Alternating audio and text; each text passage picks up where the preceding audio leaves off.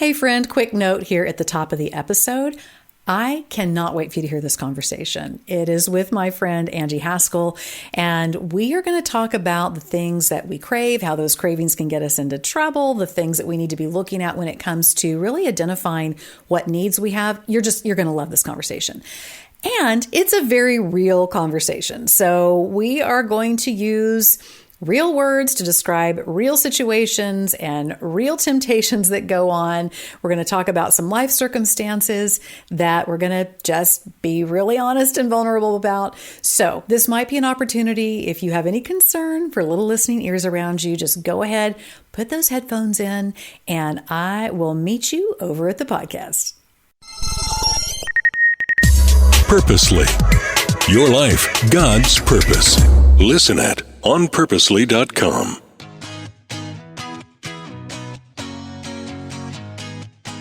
I struggle with things, and other mothers are struggling with things, and we think because we're these Christian women that we're not supposed to have those, right. And we sure shouldn't talk about them. It's just got to change.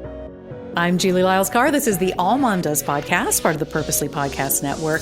You know, we are here because we want to come alongside you in all kinds of seasons of life, from raising kids to launching kids, to working through issues in your marriage, to helping and encouraging you in your spiritual walk, to addressing concerns you have as you're building a career. We want to be there for you, and we have 7 seasons worth of episodes for you to go back and listen to, where you'll probably find somebody talking on something that you're facing in your world today. And that's part of why I'm so excited today to have Angie Haskell on, because she's going to talk about something that's pretty tender for a lot of us. And I'm still not convinced we're doing a great job knowing how to talk about it in our lives today. So Angie, thanks so much for joining the podcast today. Hey, Jules, thank you so much. As I told you off camera, I'm a huge fan of this podcast and you. And so I love hearing the conversations about women. I'm a mom as well, but I'm also a woman, and we have to own that as well. So I'm thrilled to be here. Well, Angie, you have just made my day, because as soon as we got into the studio, you have just been so encouraging to me and encouraging about the podcast. So thank you so much. That has just been an added bonus for our time together today.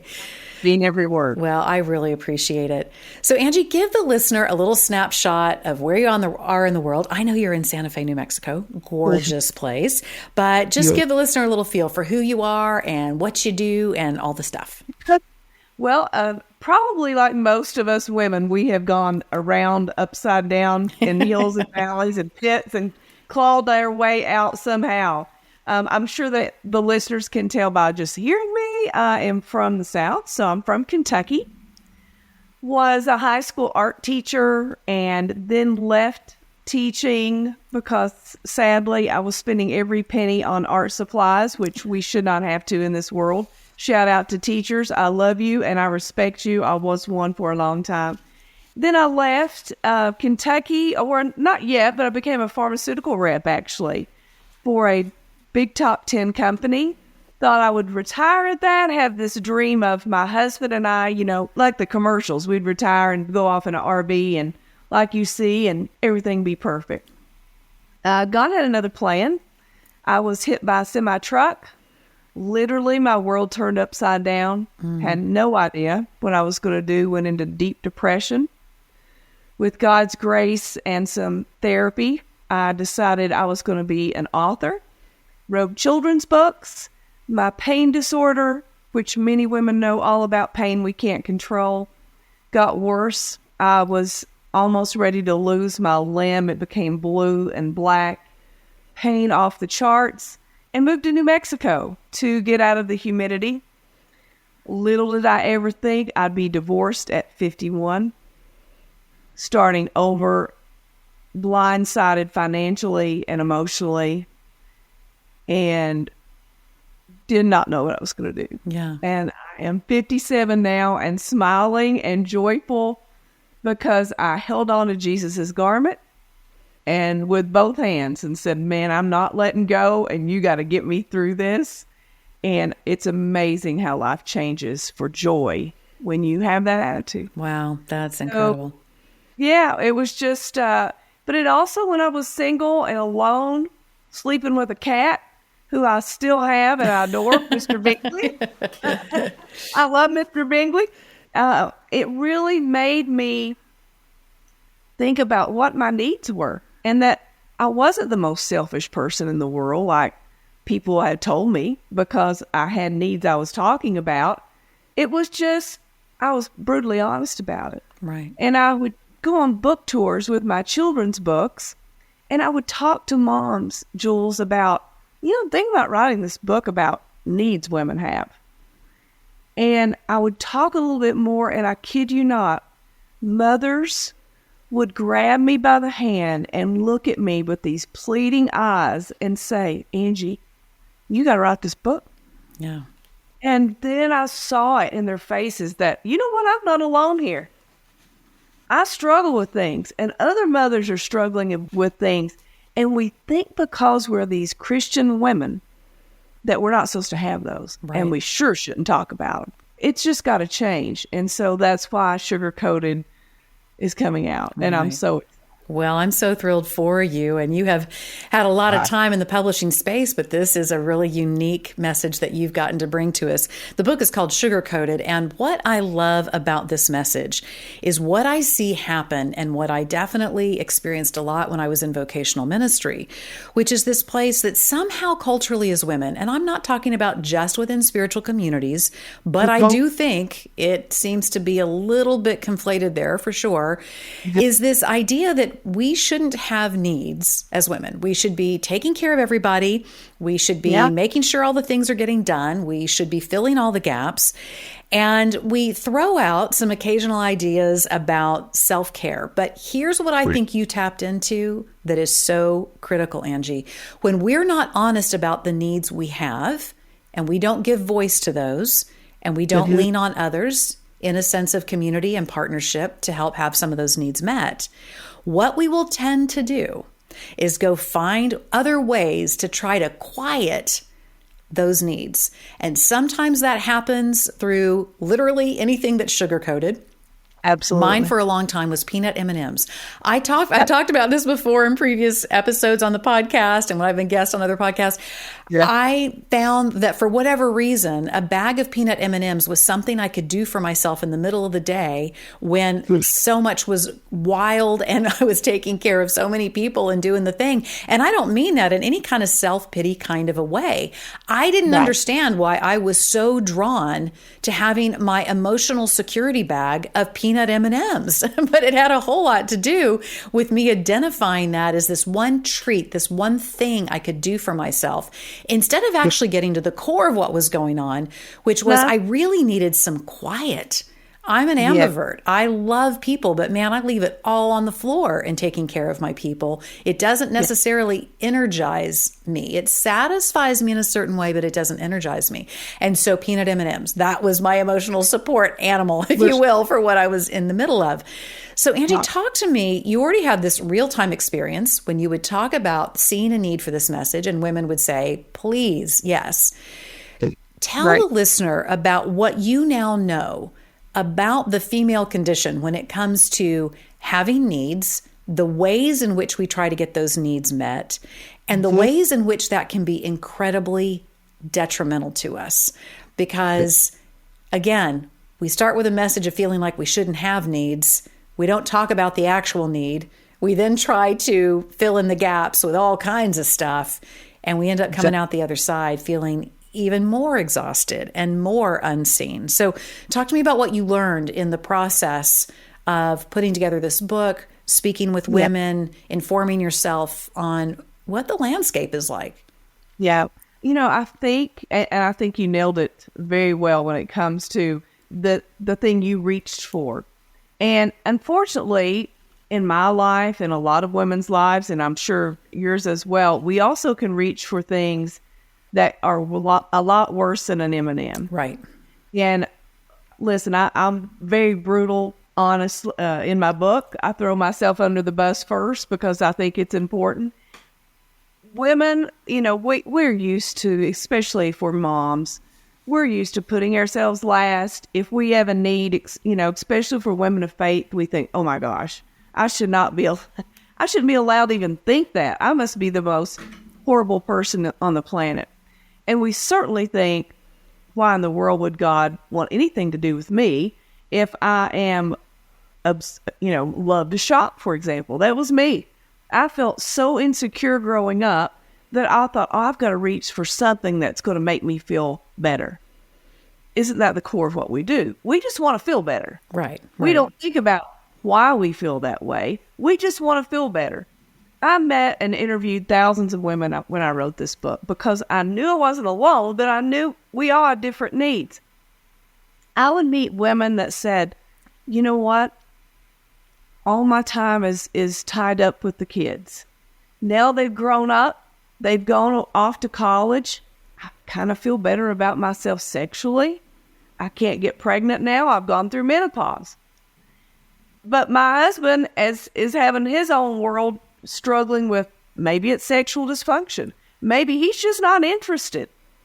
And then what do? And that's when I met women who had cravings of watching pornography. Mm-hmm. They were watching things they shouldn't on Netflix. And it was a downward spiral. I met women who said, I just want to feel good again. So I got on an online affair on Facebook. Those are really tough things to talk about, but it's very real. I met moms during COVID who said, I'm now struggling with getting my kids on the computer, not off the computer. Right. And now that I'm dealing with that, I just want to go to bed and I have a glass of wine.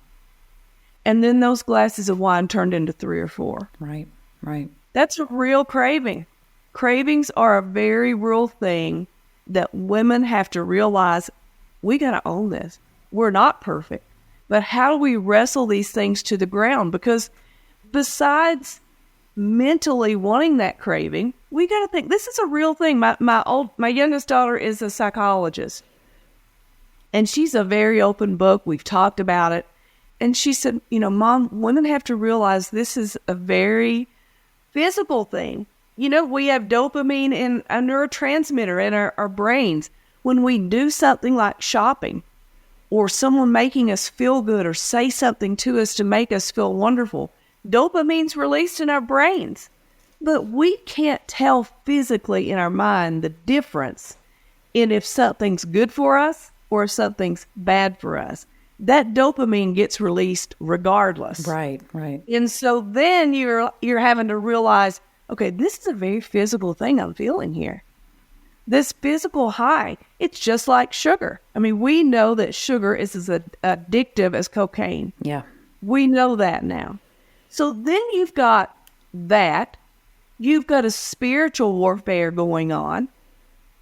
You combine those things, it's a force to be reckoned with. That's why I thought, I'm going to write about this. So the first half of my book, Sugar Coated, is talking about all these real cravings we have, whether it's wanting to buy something cool and then figuring out our checkbook's empty, whether it's getting so absorbed in these airbrushed women on the internet that we wish we looked like, and then we Botox or filler ourselves to death till we don't even know who we are and what we look like for real. And look, I'm not knocking Botox. I get Botox. That doesn't mean we're bound for hell. Right. It means we kind of don't want to age, or we don't want to have all the wrinkles we do. It talks about women who are so obsessed with being skinny that not only do they have anorexia, but they have a daughter who watches every move and ends up sick as well. These are real conversations. Right. And we got to do something about them because we can't hide anymore. We just can't hide anymore. Social media, television, it's right in our face. Right.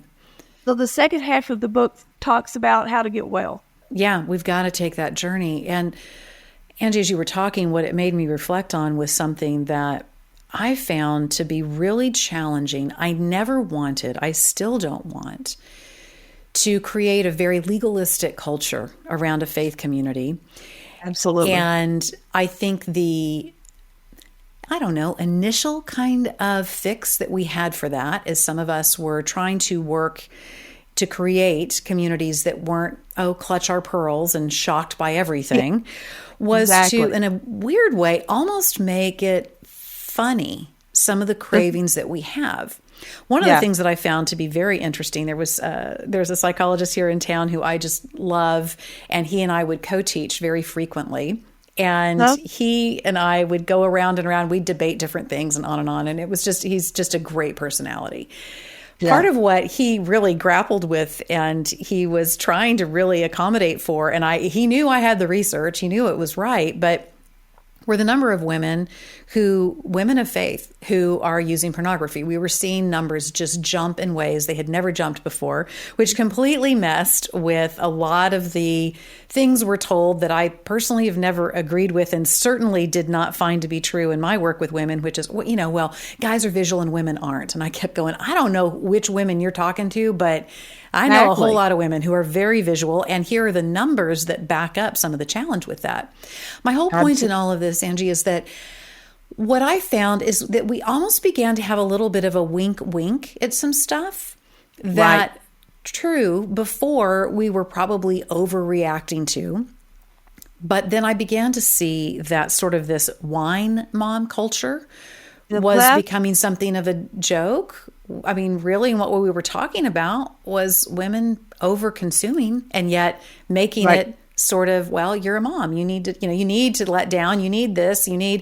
I saw different conversations and ideas around people being too uptight about certain types of entertainment or trying to call everything pornography or whatever. And again, I don't want to be in that place where we're so legalistic about things, because that's its own form of dishonesty, in a sense, to ignore what people are looking for or craving, or the ability to have real conversations about real feelings. The other thing that I became increasingly concerned about was that we were making a lot of things which, in moderation or with thoughtfulness, might be okay on occasion. We were taking that and we were almost giving permission to go way too far in the effort to not be legalistic. So let's talk for a minute about some of the stats that we're seeing. I know that with pornography rates among women, we're seeing an unbelievable increase. And again, one thing I want to state here, we're not just talking about maybe that show on Netflix that's a little blue.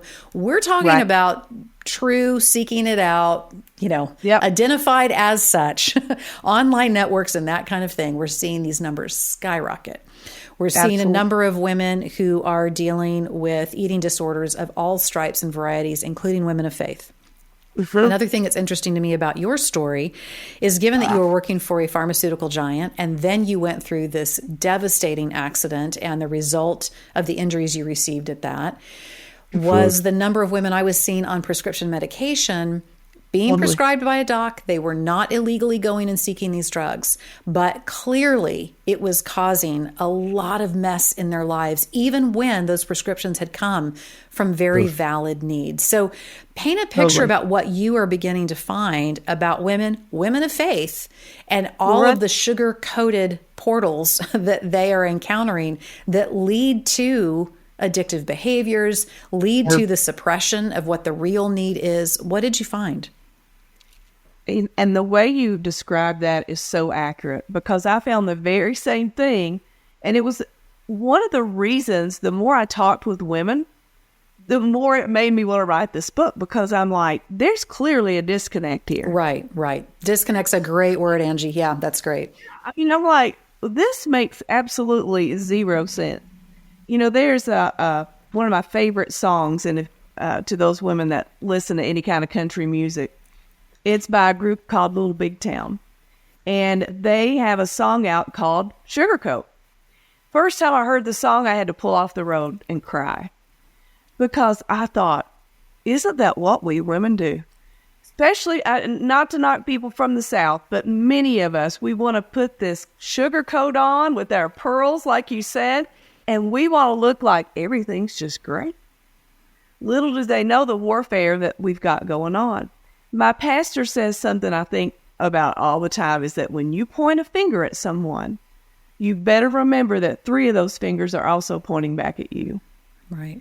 And Sadly, I think we are in a culture right now that so many love shaming and pointing the finger at everybody else of how bad they are or how unchristian they are, but yet they don't want anyone else to know what's going on under their own roof.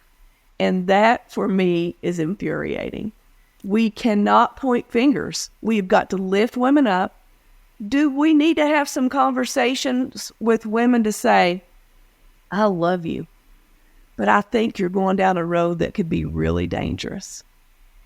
I think that's an obligation we women should have. Not to point fingers, but to have a conversation if we have someone in I call it our sister circle, to say, have you ever thought maybe you're drinking a little bit too much?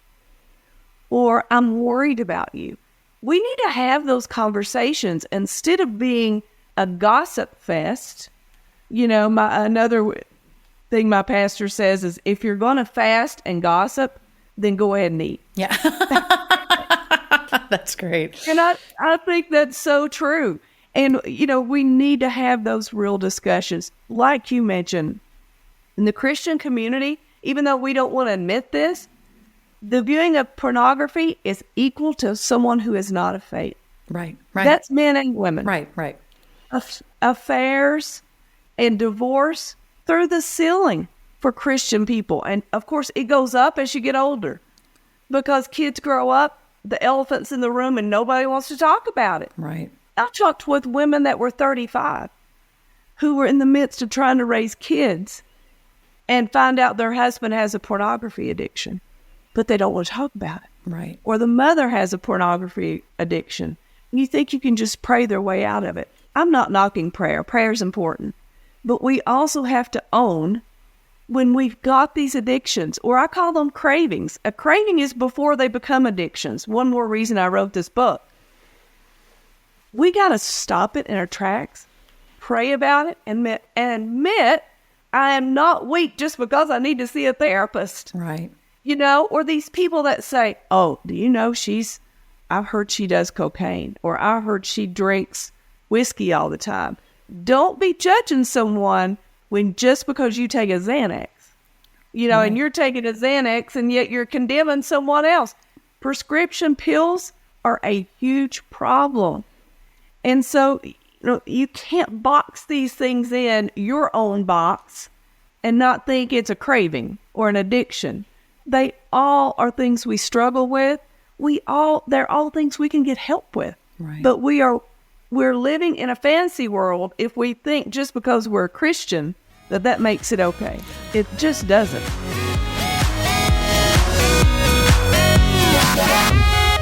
It's probably one of the number one questions I get being a mom of 8 kids. And that question is, what on earth are y'all doing about college?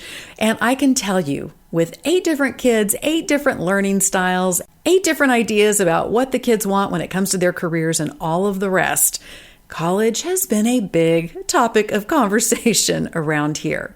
Well, there is a university that I want you to know about because it just hits so many of the things that are really important when it comes to considering your kid's college education. George Fox University, it's the #1 private school in Oregon. It's a Christian university. It's located in the heart of the Pacific Northwest.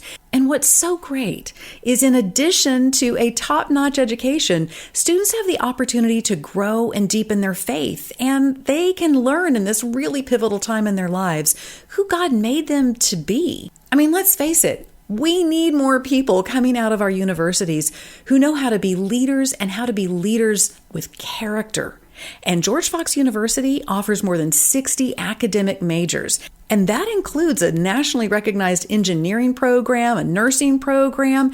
It allows your student to pursue their passions and prepare for the calling that God has for them. And let's not forget about fun when it comes to college. George Fox University students have a great student life. There are weekly campus events, there's chapel, there's service opportunities. There are 23 NCAA Division III athletic teams. here's something that is important to me. There's a study abroad opportunity. So if your student wants to go and experience life somewhere else for a semester, they can do that. There's outdoor recreation because, of course, we're talking about Oregon, so gorgeous. George Fox University could be just the perfect fit for your student as you are looking into college, career, and all that goes beyond.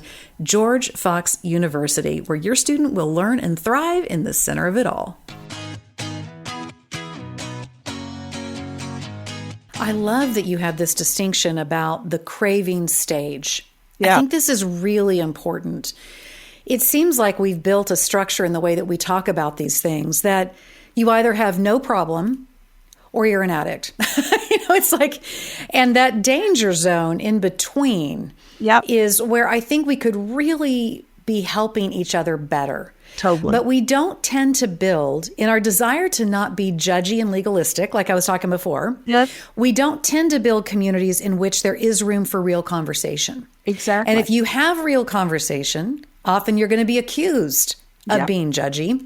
Yep. So we have some configuring we need to do within our communities of faith to understand how to have these harder conversations with a lot of safety, a lot of compassion, yes, a lot of transparency about our own issues and cravings and things that we do.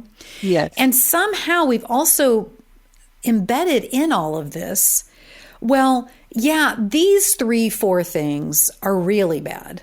Right. But these 3 or 4 things are not quite as bad, even though they're still in this craving scale, even though it's the thing that we think we have to help us get to the other side of something that's challenging. So I love that you identify this craving stage as where we need to start paying attention. Yeah. Now, let me ask you this. At the base of all of this, we're talking about the fact that we have needs. They are needs that are not being met, and they may not even be understood to be needs by us. Right.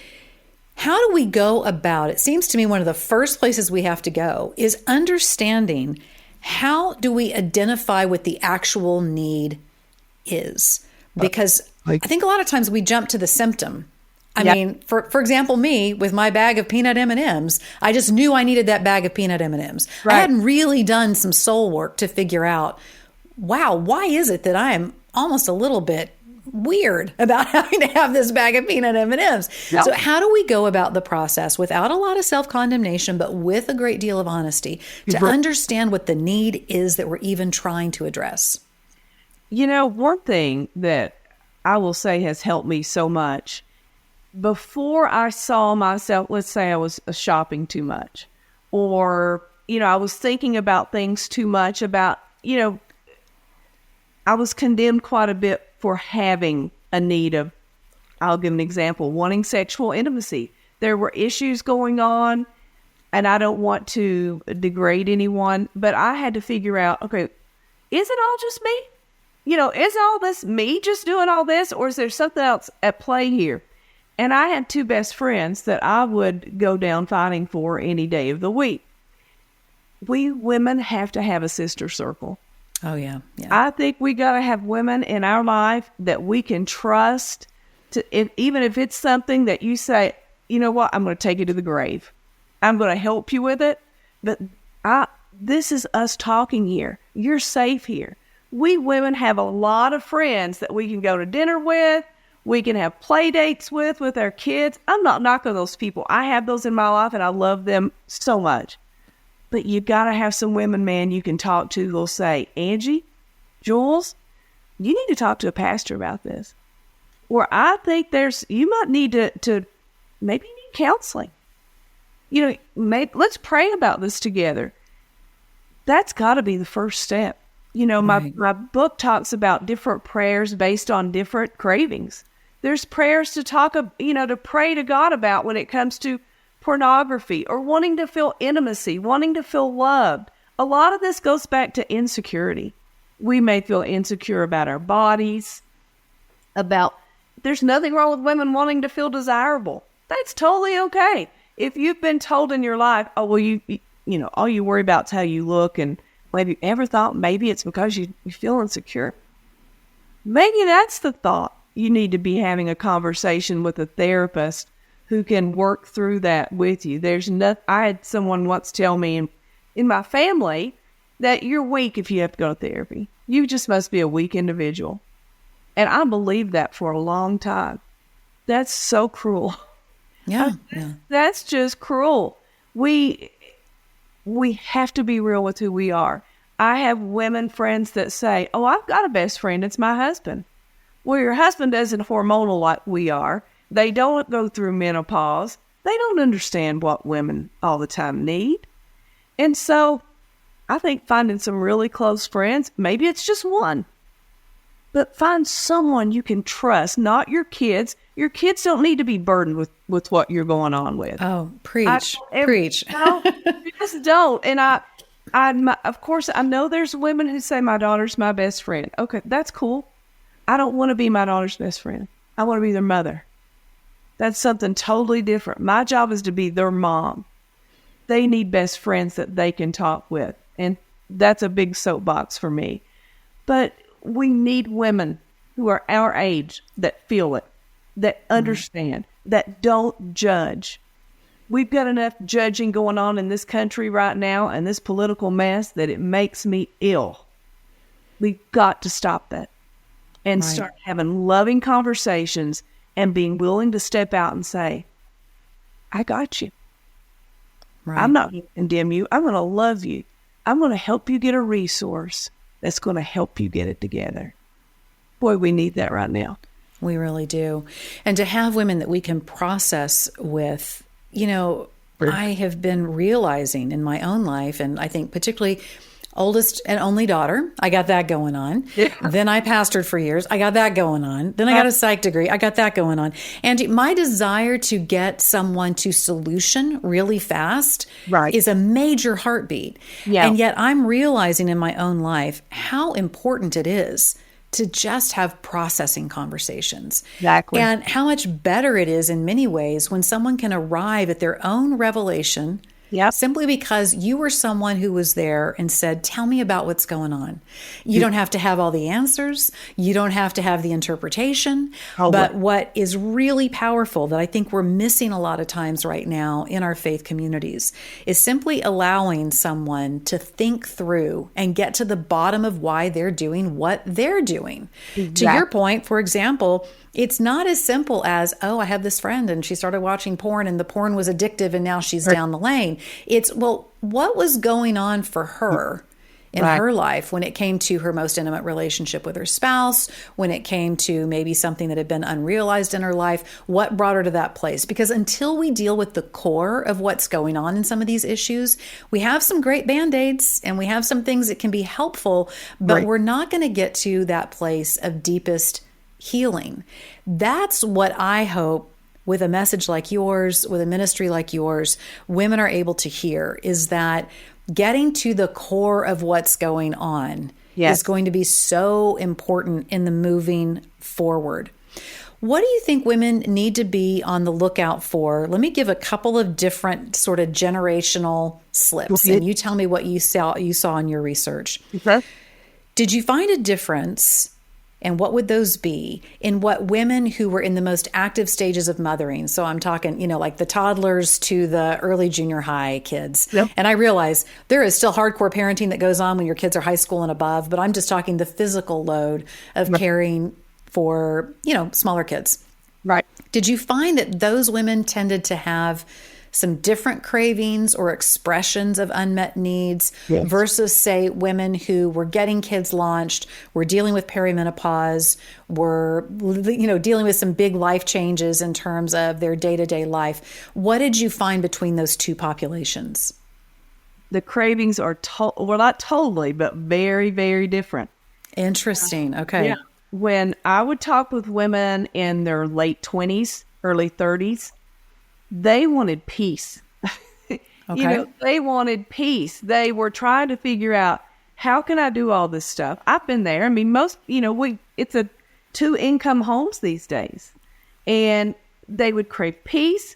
Sometimes the mothers I would talk to that had kids early elementary schools, they also got their craving kind of morphed because they were worrying about their bodies.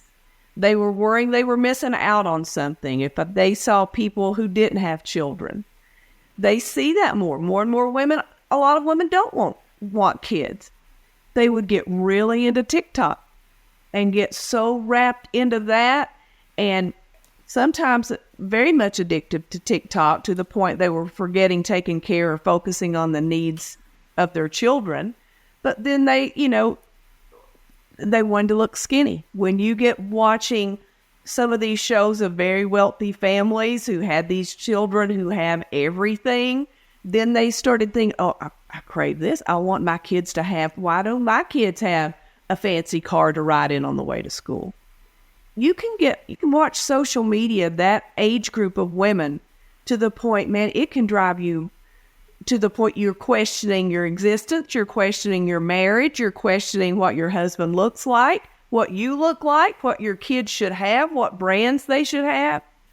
And to deal with that, more drinking, more wine, prescription pills, depression. Talked to a lot of women that were so depressed because they didn't have the life they were seeing on TV. Presented, yeah. Heartbreaking. Then I would see women who had raised their children. Kids had left the nest, like I mentioned before, and then you've got two people who sometimes had become strangers, and you don't know what to do. There's a very good reason divorces after 50 go through the ceiling. Yeah, they have climbed. The stats are wild. It's wild. It's amazing. And I was one of those statistics. Right. And I was in such a state of depression, I contemplated killing myself because I'd been repeatedly told, you are selfish for having to want intimacy as much as you do. Well, women and men go through a lot different processes when we're in our 50s. One wants one thing, one wants another thing. And it's like, but nobody wanted to talk about it. Right. No, they don't want to talk. And here's the thing I found talking to a lot of women, even in their 40s and 50s, and even in the 60s, is we're just friends. We just want to be friends. I don't know a woman who doesn't want intimacy. I just don't. My husband read this book as I was writing it, and he would come in. He would sit outside in here at Santa Fe on our patio. And I said, Bill, you don't have to read this book. Well, of course he wanted to read it. He said, Angie, this is important to you. It's important to me. And he would come in after every chapter and he would say, men need to read this book. You're not just promoting this for women, right? And I was like, why? And he said, Angie, it helps me understand you. Right. It helps me understand what women, he said, I'm going to throw myself under the bus here, Ange. Men aren't the brightest people in the world all the time. We don't know what you want. You got to tell us. Even though you think we should be able to read your mind with what you're struggling with or what you're wanting, girl, we got to be told. You just got to tell us. And of course, I would meet women when I would have a conversation and say, have you ever thought about telling them what you want? And here was the reply I heard a zillion times. I already know what he wants. I already know. Yeah. No, you don't. No, you got to ask. You got to ask. Yeah. You do. And I say that with all the love in the world. But women don't know everything either. Right. Give your partner the benefit of the doubt to say, what is it you need?